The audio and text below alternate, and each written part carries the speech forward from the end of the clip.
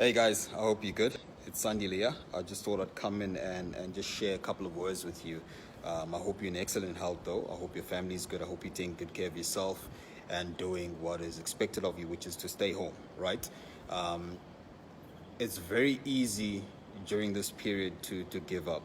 It's so easy. It's the easiest thing anybody can do, because you watch the news, it's just negative. So many people are losing their jobs, so many people are losing their lives.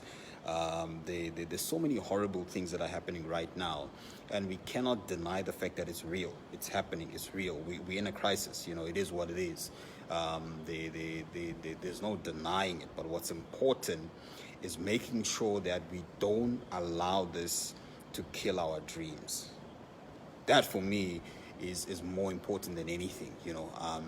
If you need to scale down your business, do that. If you gotta sell a couple of your assets, do that. If you gotta retrench a couple of staff, you gotta do that. If you need to go back to the drawing board and figure out a new plan because you've lost your job, do that. But don't allow it to kill your dream. For me, our mental health is more important than anything. Our dreams, our hopes, that is important more than anything else. You can lose a car, you can lose a property, you can lose a bit of this and that. Those things come and go, but don't lose your hopes. That is who we are. Don't lose your dreams. That is what makes us who we are. And hence I always say to people, it's not what the man drives, it's what drives the man. Because for you to be able to drive a Lamborghini, for you to be able to drive a Bentley, for you to be able to drive a Ferrari, it's what drives you. It's what pushes you during times like these that actually got you those things, So don't allow what we're going through right now to destroy what is in here. Stay focused. Don't give up on that dream. Don't let go. You've come way too far to let go. And as difficult as it might be, I'm trying to get things done as well during this time, but it's difficult. It's difficult. One can't work in the office. It's very inconvenient. My entire team is working from home.